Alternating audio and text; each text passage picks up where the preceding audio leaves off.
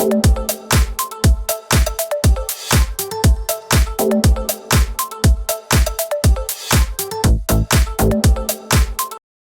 everyone, welcome back to the Movie Studio. Today I'm here to talk about what I watched in 2024, some movies and some TV shows. Originally, I thought about doing like a best and worst and like ranking everything I watched, but then I realized that would just be way too complicated and I would rather just tell you what I watched and like little thoughts about each of what I watched. So let's just get into it. So, as far as movies go, the first movie I saw in 2024 was the new Mean Girls musical slash movie. It was good, not as good as the original, obviously, but I don't think it deserved all the hate it got. It was nice to kind of relive the Mean Girls like vibe, and I'm always down for remakes if they're done correctly. I thought this one was good enough, and I enjoyed going to see it with my sister. I like the Lindsay Lohan cameo. So that was great for sure. So I liked the Mean Girls movie. Challengers. This was the Zendaya movie, the tennis movie with the two guys. I thought this one was good too. I mean, very back and forth, love triangle-y. It was like a fun rom com ish movie. They don't make a whole lot of just these anymore, and Zendaya did a good job as like the lead. I found her very unlikable throughout the movie, but I really didn't care. It was a good watch. I did go to see the Garfield movie. I really don't even know why I went to see this. I just suggested it with my friend, and we went to see it, and it was like a funny movie, just feel good. The plot was whatever. Yeah, it was fine. Nothing great, but I didn't hate it either. Inside Out 2 was a really good movie. In fact, I think I might like it better than the first Inside Out. And that's saying something because I did love the original. I really think it was a story that needed to be continued because you set it up as this child that is struggling with fitting in or struggling with life, and the first movie was her as a child, the second movie was her as like a preteen. So I think it was a perfect way to continue the storyline of this young girl, and I thought Inside Out 2 really did really wonders for me, and I loved it. And I went to see it twice in theaters. That's how much I loved it. So I think it was definitely one of the best sequels that Disney has come up with like ever in their career. It was just really good, and I want a third movie because I think there's really so much they could do with this character and with the content, with the emotions and introducing more and more. Um, Now, I don't want it to become bloated, but I think there's a lot of potential there, and I'm really glad that they did a second movie. Also, went to go see Deadpool, the new Deadpool movie with my dad, and this one was a lot of fun too. A lot of like fan service thrown in it. This was the only Marvel movie in this year, which is or yeah, in 2024, which is crazy. Usually there's at least three Marvel movies, so I do think this one had a lot to live up to, just because it was like the one movie for the year, and I think it did really good. It was definitely better than anything I would say since Spider-Man, Spider-Man in December of 2021. So that's what I will say about that. And then I went to go see It Ends With Us. I did post a little bit about that on my channel. Now, there's been a lot of backlash and drama from behind the scenes drama between Blake Lively and Justin Baldoni. However, I'm not letting it interfere with my love for the movie. It was a really well done movie. I think the actors did a great job. My only critique was I think Blake Lively seemed a bit too old for the role, from what I envisioned. But beyond that, it was good.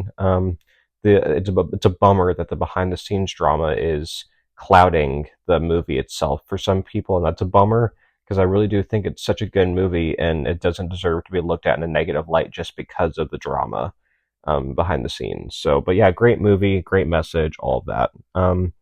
Then I went to go see Wicked, and the previews look kind of silly, but I liked Wicked a lot. It was a it was a good movie. So no complaints there. Seeing Ariana Grande as an actor was like the first time I've seen her in something, and she did exceptionally well. She was really good at singing. The story was fun. I'm looking forward to part two next year. But again, the soundtrack was really good, way better than the next thing I'm going to be talking about. But yeah, looking forward to part two next year. It was definitely, I would say, out of all of these, the one I was expecting or not expecting to love the most, but I ended up loving it. I did not end up reviewing it on the channel. I just didn't get around to it because I ended up going to see Wicked and Moana 2 back to back.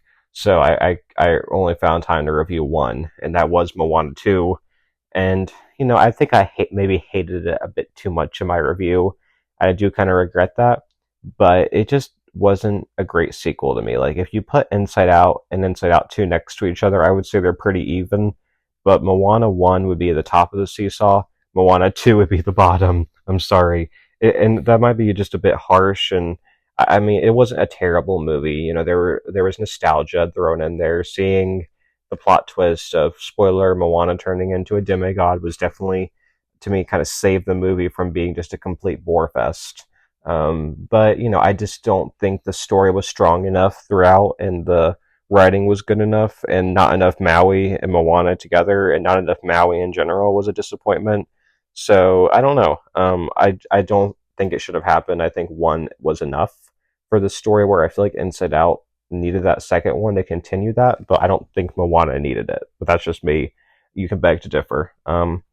Also went to go see the new Mufasa movie, and this was one I had mixed opinions on. I saw the trailers and didn't think it would be all that good. I went to go see it with my cousin, and it was pretty good. Not as good as some of the other ones I've mentioned. Maybe more like middle of the pack. But it was still a really good movie, and I think it helped that it wasn't based off of an animated. It was its own story. Where I feel like the first Lion King remake was still relatively, people judged it because it was live action and they liked the animated one better.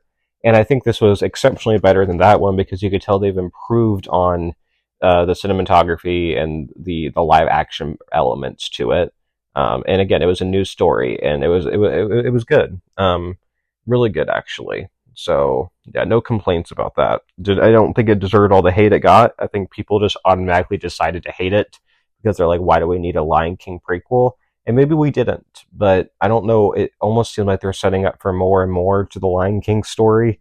So we'll see what they end up doing. I'm not complaining though. I love the Lion King, and this made me love it even more. The franchise, the story, and everything behind it. So that was the last movie I went to see in 2024.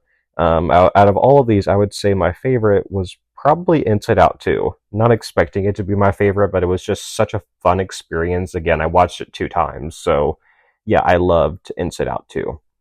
As far as TV shows go, as you guys know on the channel, I watched The Walking Dead, and me and my dad have watched seasons 1 through 5 all the way through. We did not end up finishing season 5, doing a review for it.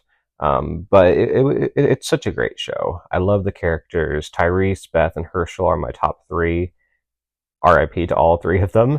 I gotta find my new characters whenever we pick up watching it again. But I like the characters the best out of it. The zombie stuff, all that is whatever. I mean, sure, there's like kind of cool moments and cool shots that they do with it at times. But to me, I love the characters. I love the themes, really good themes thrown out. And me and my dad cover that. And if you're fine with if you're fine with just listening to a podcast that covers 4 seasons and a half, then I say this is the podcast for you, because we cover a lot of the spiritual themes and the show, and really good character moments. Like we don't absolutely hate any character. We kind of go into each character, examine their psyche in a way, try to figure out why they are the way that they are, what themes represent that character, what themes represent the stories that are given, all of that. So I'm proud of that podcast, and it's unfortunate for me to say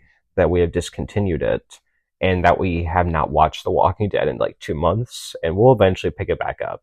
And maybe eventually, somewhere down the line, I'll post about it again. It probably won't be with my dad, but we're gonna try to pick it back up soon. It just right now we're watching Monday Night Raw, and then I just have so much going on that the time we would be watching the show, I'm doing homework or recording something or at work or something else. I'm just busy almost every night of the week except Sunday nights, and even Monday nights. I stay up late after work to watch Monday Night Raw, which might be a mistake on its own, but there's just no time. And yeah, so. But The Walking Dead is a great show, so highly recommend if you're willing to sacrifice maybe your beliefs on the gross shots and what they do there, the gross action with the walkers. Watch When Calls the Heart season 11. Not much to say about that because I literally reviewed it on my channel with my mom. Good season. It got us to the Elizabeth and Nathan endgame, which I appreciated, and that's continued into season 12, which my review of that will be out on Friday, so stay tuned for that. The Acolyte is a show I did not talk about on the channel, and The Acolyte was a decent show, not my favorite by any means. I mean, my favorite Star Wars shows of like the recent half a decade have been Mando season 2 as well as Andor. Those have been my top two, both really good. In fact, Andor might take the cake for being my favorite, but they're both really good. Acolyte was probably under both Mando season 1 and Ahsoka, so I guess towards the bottom of the list, but for being what it was still a good show. I just think its main issue was it took so long to get to the crux of the plot, and instead they focused not too much on the flashbacks. And one flashback episode was fine, but two, you can't have two when you have an 8 episode show. You just can't. You have to make sacrifices. You have to, even if you have to combine it all into one flashback episode. That's probably a choice you're gonna have to make, because to me, I like the show mostly up until the second flashback episode really delayed to me what we should have gotten, and it felt kind of rushed in the finale. So that was a disappointment. But I mean, I like the characters of that show. The themes, the action was good. Very different than what we're used to, I think, because it's new characters, new conflicts, new storylines. Where Ahsoka, still had plenty of ties to other stuff, obviously other stuff in the universe. But yeah, Acolyte was good. I'm not complaining about that. And then I've reviewed both parts 1 and part 2 of Cobra Kai season 6, and not much to say about that. But overall, it's been good so far. I'm looking forward to part 3 next month. I also watched The Perfect Couple on Netflix, and this was an interesting show. I tried so hard to get into it because I do love a good murder mystery, especially connected to a wedding, and to me it sounds like a cup of tea for me, but it really wasn't. The acting was not great. The storylines were not that great. It had good moments. There was some shocks. I guess the ultimate reveal kind of made sense to me.